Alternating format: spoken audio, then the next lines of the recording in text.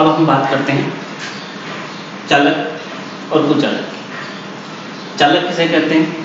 चालक वे पदार्थ होते हैं जिनमें से आवेश आसानी से प्रवाहित हो सकता है, उनको अपन चालक पदार्थ कहते हैं। जैसे उदाहरण के तौर पर जैसे धातुएं हैं, कितने प्रकार की धातुएं हैं, चाहे वो सोना हो, चांदी हो, पीतल हो, जो भी है, वो सारी की सारी धातुएं चालक होती है। मानव शरीर अपना शरीर है, पृथ्वी है, अशुद्ध जल चालक पदार्थ होते हैं। इसके अलावा अन्य विलयन भी हैं जो चालक पदार्थ होते हैं, अपने इसलिए आदि लगा करके इसको सबको इसमें सम्मिलित कर। कुचालक पदार्थ ऐसे पदार्थ जिनमें से चालक आवेश है वो आसानी से प्रवाहित नहीं हो सकता, उनको अपन कुचालक या पराविद्युत पदार्थ कहते हैं। इन पराविद्युत पदार्थों में से एल्यूमिनाइट है, कांच है, प्लास्टिक है, शुद्ध जल, ये ध्यान रखना, शुद्ध जल है वो कुचालक पदार्थ होता है। अन्य पदार्थ हैं वो भी इसके अंदर अपन ले सकते। अब बात करते हैं अपन आवेशित करने की विभिन्न विधियां कैसे। जैसे अपन कह रहे थे घर्षण करवा रहे थे, हमको घर्षण करवाने से वो विद्युत पदार्थ, वो जो पदार्थ है वो क्या हो जाता है, विद्युत में हो जाता है। विद्युत में हो गया यानी उसके अंदर विद्युत आवेश का गुण, विद्युत का अपगुण आ गया। या फिर घर्षण करवाने से इसलिए अपन घर्षण विद्युत भी कह सकते हैं, और इस प्रभाव को अपन घर्षण विद्युत प्रभाव भी कह सकते हैं। यहाँ आवेशित करने की जो विभिन्न विधियां होती हैं, उन विधियों में 3 प्रकार की विधियां अपने पास है। सबसे पहले घर्षण द्वारा आवेशन, जो कि अपन ने भी पढ़ा। दूसरा चालन या स्पर्श द्वारा आवेशन। तीसरा है प्रेरण द्वारा आवेशन। अब तीनों विधियों में एक बार फिर से अपन चर्चा करते हैं। सबसे पहले घर्षण द्वारा आवेशन। घर्षण द्वारा आवेशन क्यों होता है, कैसे होता है? जैसे अपन किन्हीं 2 पदार्थों को घर्षण करवाते हैं, तो घर्षण करवाने से क्या होगा कि एक पदार्थ से इलेक्ट्रॉन निकल करके दूसरे पदार्थ में प्रवेश कर जाता है, जिससे एक पदार्थ में इलेक्ट्रॉन की कमी हो जाती, तो उस पर धनावेश आ जाता, और दूसरे पदार्थ में जिसमें इलेक्ट्रॉन प्रवेश करते हैं उसमें इलेक्ट्रॉनों की अधिकता हो जाती है। अधिकता होने से उसके ऊपर ऋणावेश आ जाता है। जैसे उदाहरण के तौर पर वही अपन वापस लेके चले, कांच की छड़ को किससे रगड़ा था अपन ने? रेशम के कपड़े से। तो कांच की छड़ से इलेक्ट्रॉन निकल करके रेशम के कपड़े पर चले जाते हैं, जिससे कांच की छड़ धनावेशी हो जाती है और रेशम का कपड़ा ऋणावेश हो जाता है।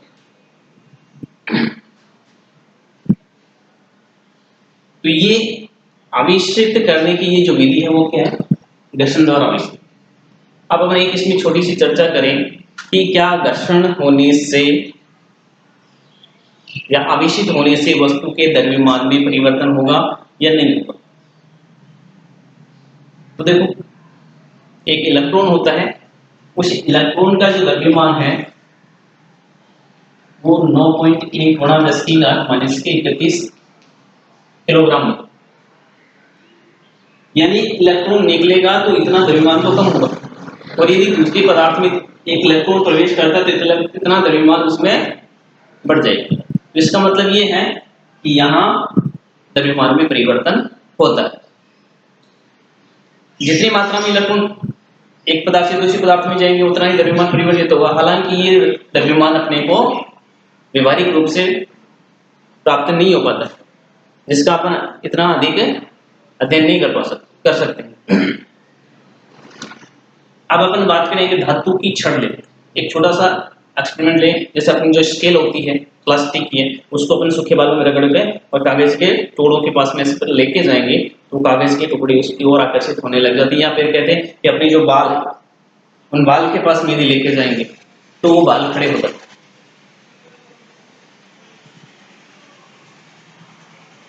यदि उस स्केल के स्थान पर अपन धातु की स्केल ले लें तो क्या होगा? ऐसी स्थिति में न तो वो कागज के टुकड़े को उठेंगे और न अपने बाल खड़े होंगे। इसके पीछे का कारण ये है कि जब अपन धातु की छड़ को पकड़ते हैं तो धातु क्या होती है? चालक। धातु को अपन ने पकड़ रखा है, अपना मानव शरीर है वो भी क्या होता है? चालक। और फिर अपन खड़े हैं पृथ्वी पर, तो पृथ्वी क्या है? चालक। तो इस प्रकार से जो आवेश अपन ने घर्षण द्वारा उसे स्केल को दिया था वो सारा का सारा अपने शरीर द्वारा पृथ्वी में चला गया और पदार्थ अपना क्या हो गया? कुचालक हो गया, यानी इस पर कोई आवेश नहीं रहा। नहीं आवेश रहा तो अपने पास वो आवेशन की स्थिति नहीं रही। अब अपन नेक्स्ट स्थिति पे चलते हैं, चालन द्वारा आवेशन या स्पर्श द्वारा आवेशन कैसे कर सकते हैं। ये देखिए एक छोटा सा प्रयोग इसका। दो अपन ने गोले लिए चालक, दोनों को कुचालक स्टैंड पर रखा है। एक गोला है, इसको ए नाम देते, इसको बी नाम देते। ए गोले के ऊपर कोई आवेश नहीं है, बी गोले पर अपने पास धन आवेश। अब इससे पहले एक छोटी सी बात और बता दें कि किसी भी चालक पदार्थ को अगर आवेश देते हैं तो वो उसके बाहरी पृष्ठ पर समान रूप से वितरित होता है। जबकि कुचालक पदार्थ को यदि अपन आवेश देते हैं तो वो आवेश वहीं स्थापित हो जाता है जहां उसको दिया जाता है। तो यहां पर चालक ले रहे हैं, जिसका मतलब ये जो आवेश उसके बाहरी पृष्ठ पर आता है। अब यदि इन दोनों को अपन संपर्क में ले आएंगे तो संपर्क में लिए तो दोनों चालक, और ये आवेश दोनों के ऊपर समान रूप से वितरित हो जाएगा। तो जितना आवेश था यहाँ पे, ये आधा इस पर चला गया, आधा इस पर चला गया, दोनों बराबर हो। अब इन दोनों को अलग अलग कर दो, वापिस अलग अलग किया तो दोनों पर आवेश आ गया। यहाँ अपने पास इस पर आवेश नहीं था, यहाँ पर दोनों के पास में आवेश आ गया। तो इसका मतलब है कि यहाँ इस प्रकार से अपन चालन या स्पर्श द्वारा आवेशन कर सकते। तीसरा अपना है प्रेरण द्वारा आवेशन। इस प्रेरण द्वारा आवेशन को पढ़ें उससे पहले एक छोटा सा क्वेश्चन आपके दिमाग में डालता। अपन ने ये कहा था कि कांच की छड़ को रेशम के कपड़े से रगड़ा, और कांच की छड़ को कागज के टुकड़ों के पास में अपन लेके गए थे। इस प्रकार से वो कागज के टुकड़े तो क्या हो गए थे, आकर्षित हो रहे थे। जबकि अपन जानते हैं विपरीत आवेशों के मध्य आकर्षण होता है, समान आवेशों के मध्य प्रतिकर्षण होता है। ये क्यों हो रहा, जबकि अपन ने कागज के टुकड़ों को कोई आवेश दिया ही नहीं। जो भी आवेश दिया वो केवल उस कांच की छड़ को दिया था। तो ये आवेश कहां से है, ये क्वेश्चन अपन तीसरी स्थिति में पढ़ेंगे।